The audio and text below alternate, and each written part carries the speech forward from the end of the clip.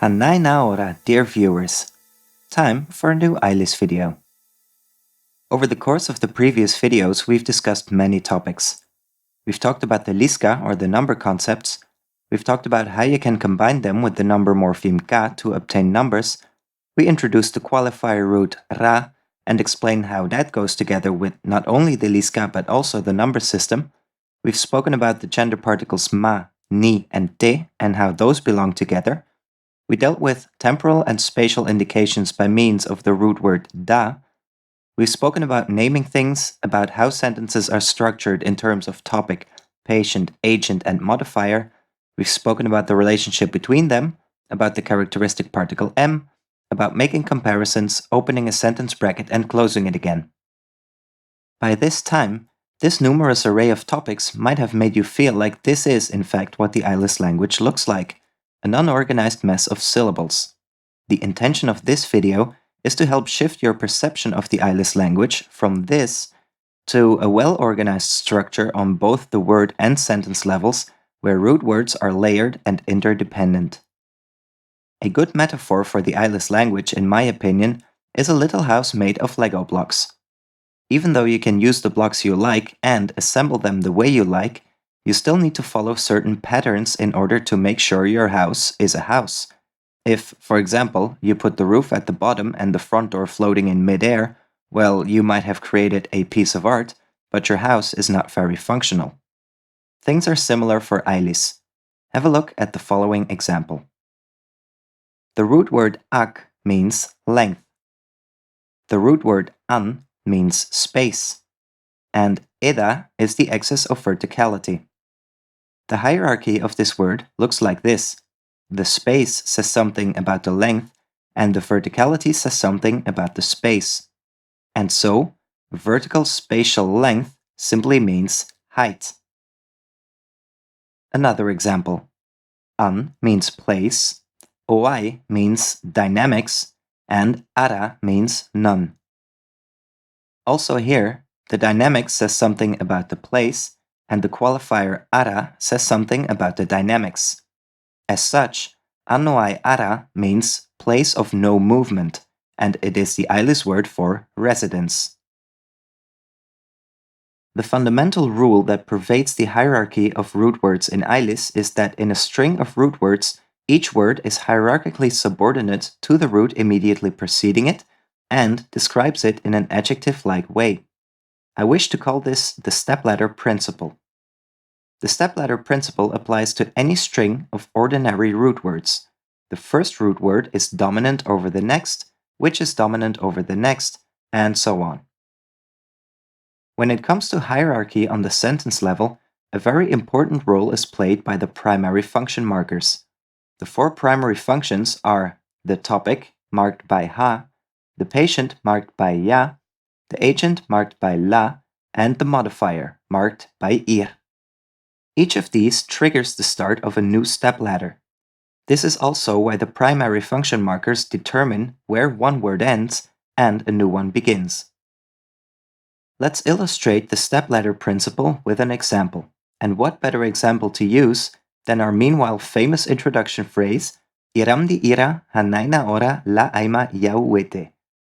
We have a context, which is a manner of much desire, a topic, which is the best situation, an agent, which is me, and a patient, which is you. If we look at the sentence in terms of hierarchy, we get four different step ladders. Iram di ira, hanai na ora, la aima, iauete. If you understand the stepladder principle, then so far so good, because there are a few root words that swim against the current and are not subject to the general hierarchic principle. The first instance we find in this regard are the lista, the number concepts. The lista are the only group of roots that project their dependency forward instead of backward. For example, in the word Ælis, the name of the Ælis language in Ælis itself, the number concept I forms a unit together with the following root word lis. As a cluster, the word Ælis is an adjective to the preceding root egg. Another example. The word anete means over there, literally, the place where you are. Also here, the number concept e forms a cluster with the following root te, which in turn refers to an, the place. Another example. In niika, which means the third woman, the liska I belongs to ka to form ika, the number 3, which in turn is an adjective to ni, woman. In our final example, dai ora, which means blinding brightness, the qualifier ora is to be seen as one unit that serves as an adjective to dai. I think you get the idea. The liska are the only word category where the dependency reference is made forward instead of backward. But there is another category of words which is a bit special, albeit for a different reason. This category is the one of the qualifiers ara, aira, era, ira, and ora. Let's look back at one of our previous examples, the word akan eda, which means height. Suppose we would like to say a big height. Then we would need to add the qualifier ira to our length particle ak. After all, we're essentially speaking about a big length and not a big space or a big verticality. So we place ira between ak and an, but the hierarchical structure that was before remains intact.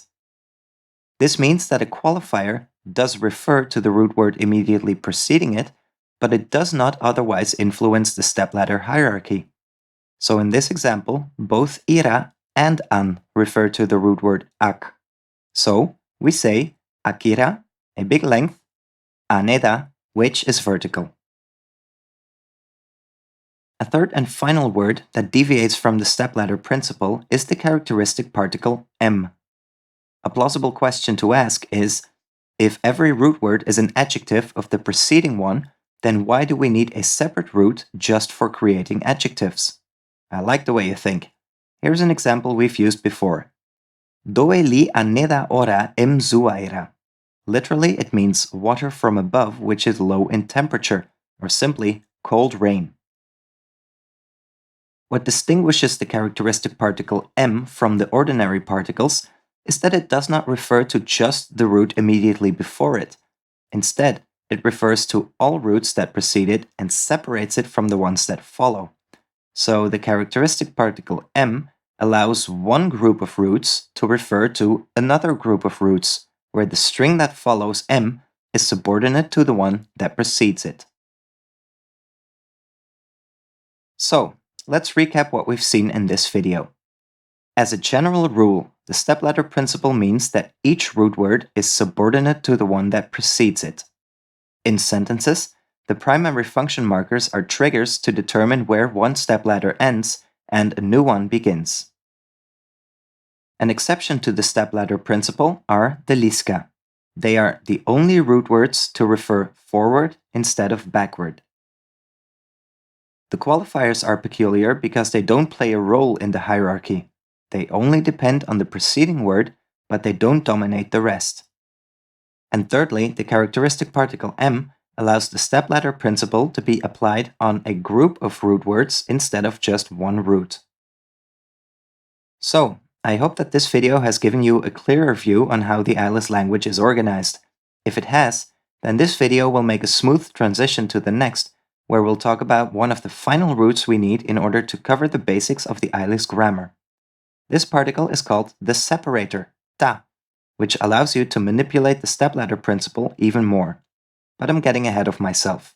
This is my time for now. Stay tuned.